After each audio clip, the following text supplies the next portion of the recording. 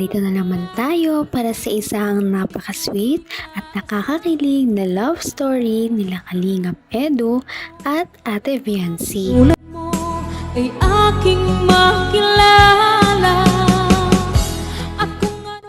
Para sa pagpapatuloy ng ating love story ay dumayo si Ate Viancy sa pinapagawang bahay sa kanya. Nakakatuwa nga dahil ang bahay nila ay talagang one of a kind, kaya ngayon naman ay pupuntahan niya ito para malaman kung ano na nga ba ang mga nagbago at progress. Sa kanyang pagpunta doon ay humanga talaga ang buong Kalingap team na naman kay Ate Viancy. Dahil paano ba naman ay sa kanyang pagpunta ay nagbitbit pa siya ng mga kakainin ng mga karpetero. Kahit na hindi naman siya ganun kamay kaya sa buhay, hindi niya nakakalimutan na magbalik talaga para sa ibang tao at tumulong din hanggat kaya niya.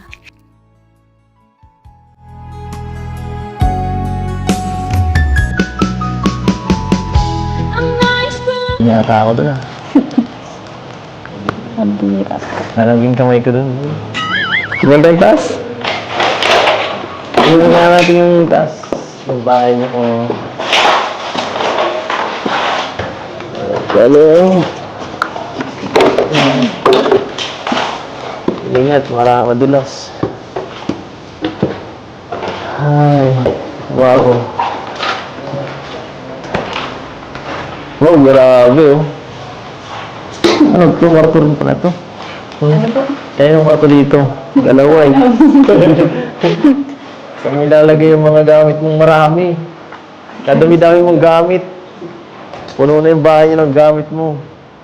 Ang bihira ka. Dapat malaki ang kwarto mo eh. Tapos dito, CR mo. Ganda po. Ha? Ang ganda. Mahal-mahal ka na sponsor mo eh.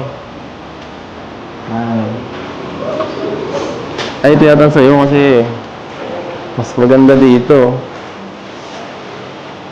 Bako. Ganda pag umaga po. Maganda dito.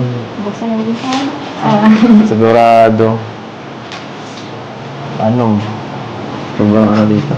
Maluwalas ano? Ako, lapit mo na.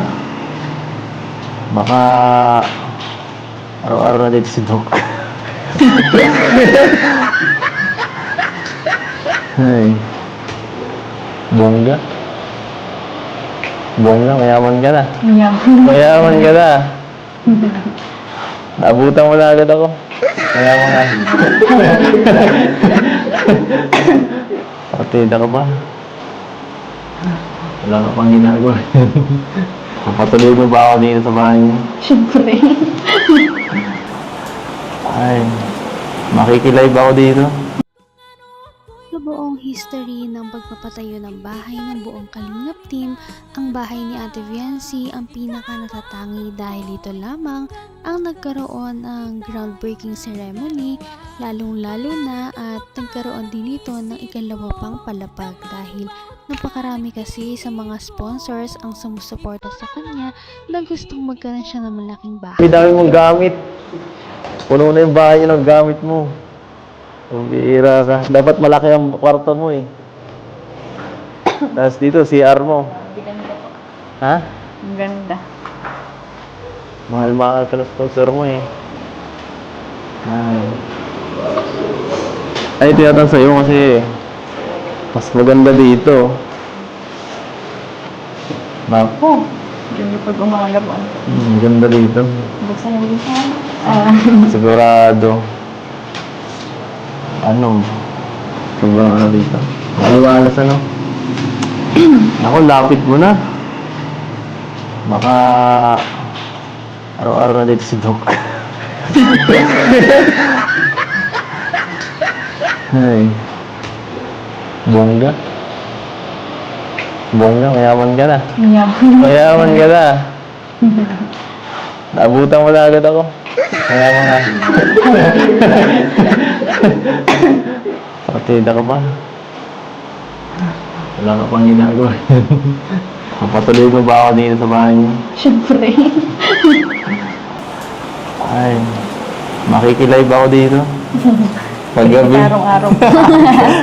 Makikilib ako paggabi. Ay, dito muna ako. Bakit gabi? Siyempre, gabi ako na live.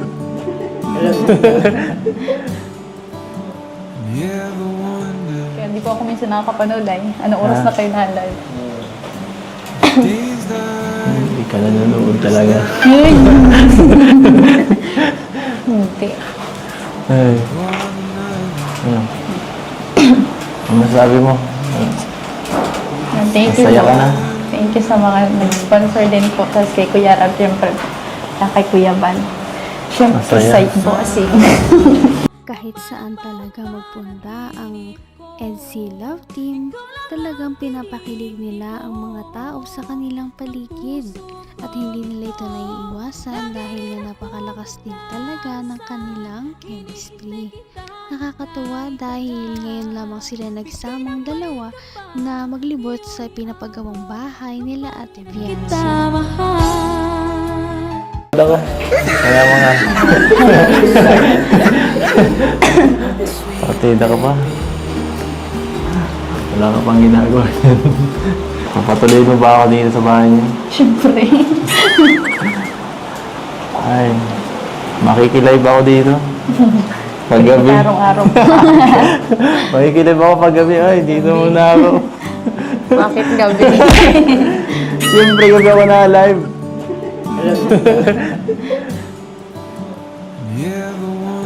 Kaya hindi po ako minsan nakakapanood ay. Anong oras na kayo na-live?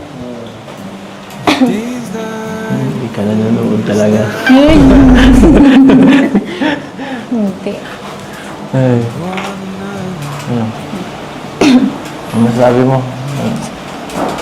Thank you Masaya po. ka na? Thank you sa mga nag-sponsor din po. Tapos kay Kuya Rab, siyempre. Kay Kuya Van. Siyempre, Masaya. site po kasi. Masaya ka na?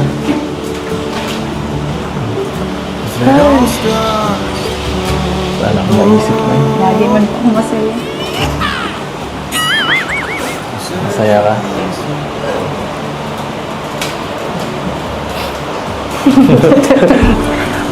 Hindi pero. Tudala ako. Cute mo.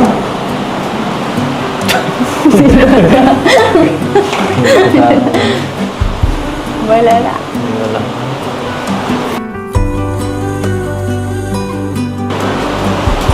Ay. Baka ma-miss mo yung ano. Baka ma-miss mo yung dagat.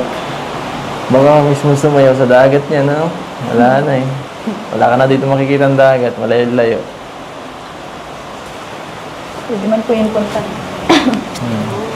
Paano yun? Mas malayo ng bahay. Ano mo? Eskwelahan mo niyan. Ano, dun pa din.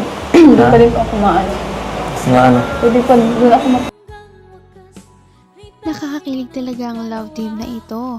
Hindi na lamang si Kalingap Edu ang gumagawa ng paraan para magpakilig sa mga viewers, ganon na rin si Ate Viancy. Siguro nga ay hindi na lang ito dahil lamang sa love team na mayroon sila, ngunit dahil talagang na-enjoy nila ang isa't isa kahit na wala mang camera o meron. abot kamay na kita. Dito, masarap dito magpaulan, no? Sa harap.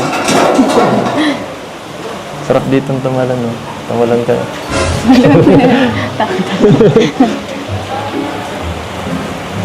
sobrang layo na po sila ate. Malayo.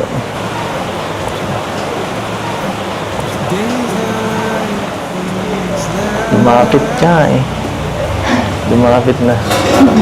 Sobrang lapit na lang sa dati, kaysa doon sa dati. Dito mo ako tatanawin, halimbawa.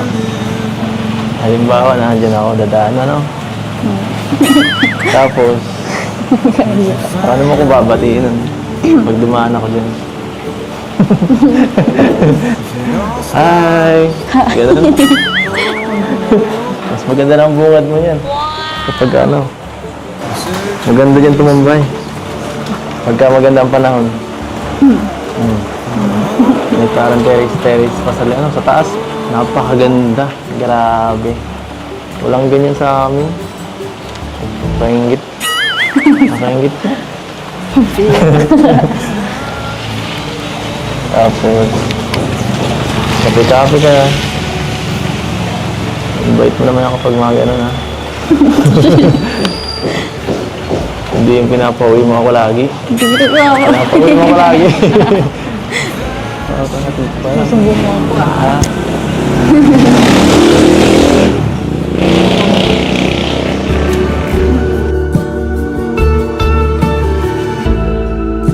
And hope we know when it's better Hindi ko to pa talaga akalain na magkakawato ng ganito kalaking bahay. Huh? Kaya nga eh. Ang alam ko lang po talaga yun. Yung kumbaga mga pabahay lang talaga ni Kuya Rab. Ganun na lang po Simple lang. yung gusto ko. Sana nga ay makalipat na si Ate Viancy at ang kanyang pamilya sa kanilang bagong bahay. Sana ay matapos na ang pagpapagawa dito para makalipat na sila at hindi na sila palagi nag-aalala kapag may mga unos man na dumating sa kanila at mas magiging maginhawa na ang kanilang pamumuhay. Napaka-sweet talaga nila at napakabait ng tambalang ito kaya maraming sumusuporta. Kaya naman, sana ipatuloy natin silang suportahan at mahalin si Viancy, si Kalingap Edu at ang Kalingap team. Yun lamang at maraming salamat sa panonood. Abangan natin kung magkakatuluyan ba talaga si Kalingap Edu at Viancy. Hanggang sa muli. Bye! Ngayon'y abot